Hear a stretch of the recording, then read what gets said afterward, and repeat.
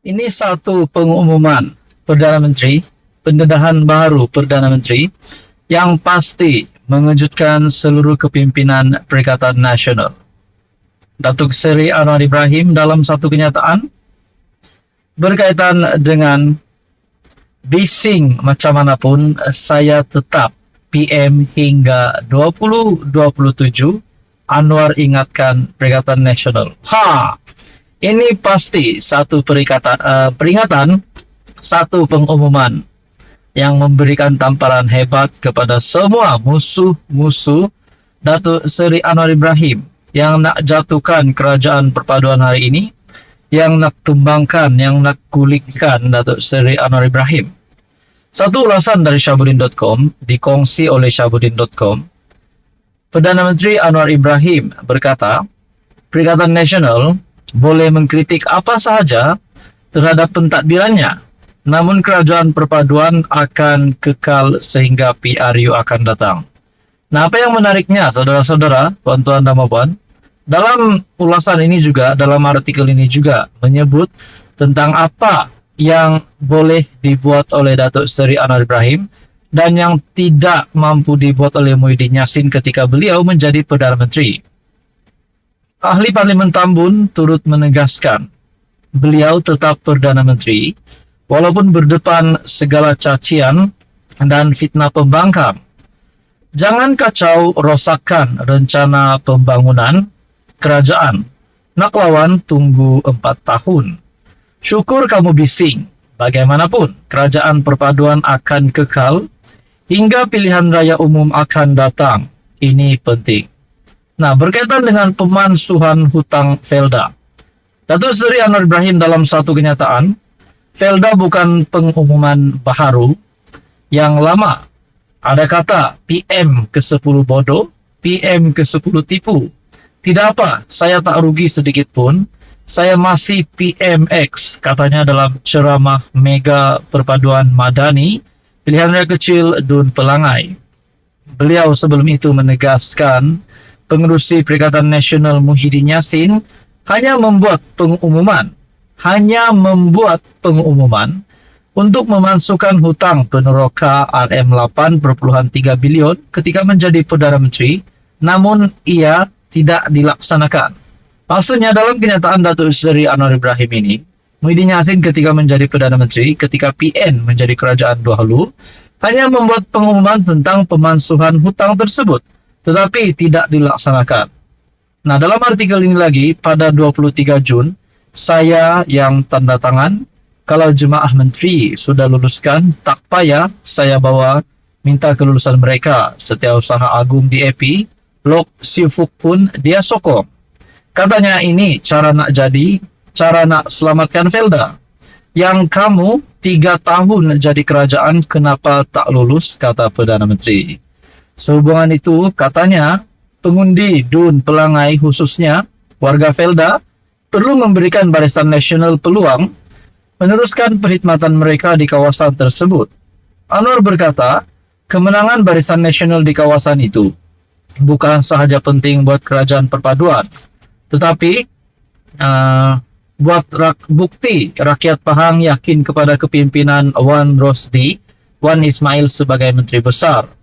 Katanya Wan Rosdi yang juga adun jelai adalah pemimpin memberikan fokus kepada pembangunan perumahan generasi kedua Felda.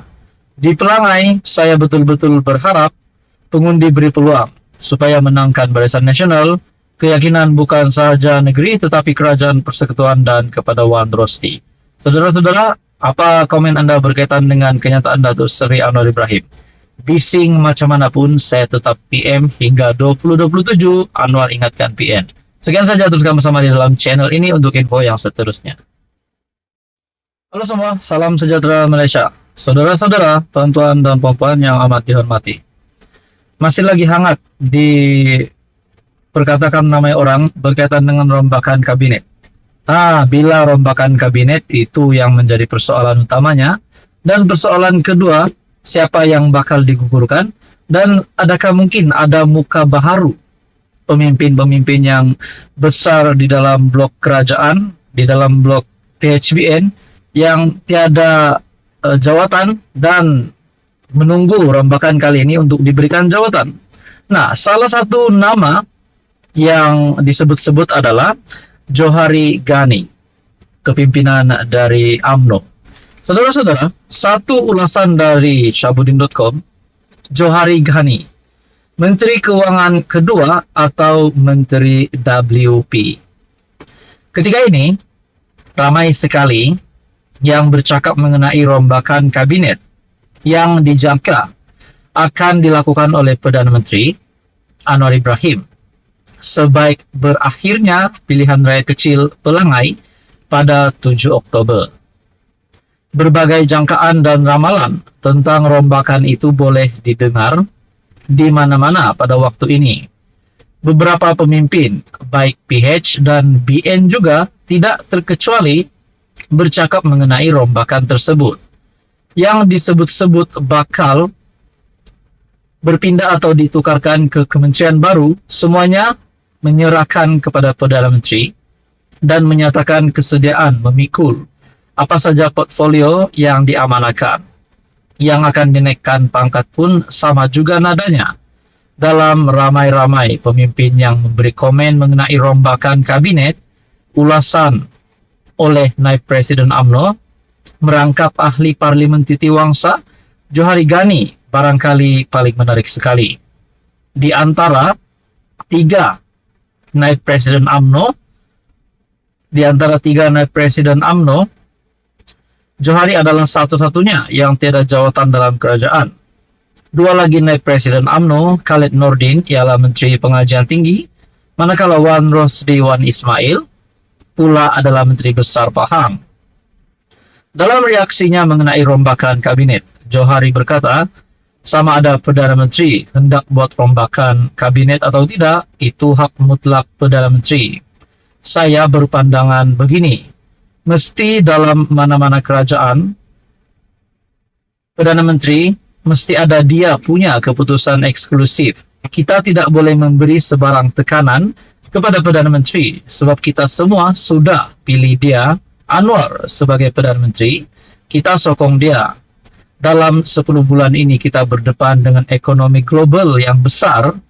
Di samping kita juga berdepan dengan cara yang sesuai untuk bekerja dengan parti-parti yang ada dalam kerajaan perpaduan. Ini adalah salah satu daripada perubahan yang kita perlu lalui. Saya rasa kalau bagi masa secukupnya hingga akhir tahun 2027, saya ingat kita akan nampak dan menilai keberkesanan kerajaan perpaduan dalam mentadbir negara, ujarnya. Agak tepat pandangan Johari agar jangan ada mana-mana pihak memberi tekanan kepada Anwar dalam isu rombakan tersebut. Sebaliknya serahkan sepenuhnya kepada Anwar membuat apa jua keputusan. Sesuai dengan saranan itu, Johari sendiri jelas tidak memperlihatkan dirinya coba menekan Anwar. Walaupun banyak pihak berpandangan atas kedudukannya sebagai Naib Presiden UMNO, beliau sewajarnya duduk dalam kabinet sebagai salah seorang menteri. Cuma dengan kenyataan Johari agar tiada sesiapa menekan Anwar ini, lebih membuatkan namanya tidak dilupai Anwar dalam rombakan kali ini. Dengarnya, kalau tidak Menteri Keuangan kedua, jawatan Menteri Wilayah Persekutuan bakal menunggu untuk jatuh ke ribanya. Ulasan dari Syahbudin. Jadi saudara-saudara, apa komen Anda? Terus kamu sama di dalam channel ini untuk info yang seterusnya.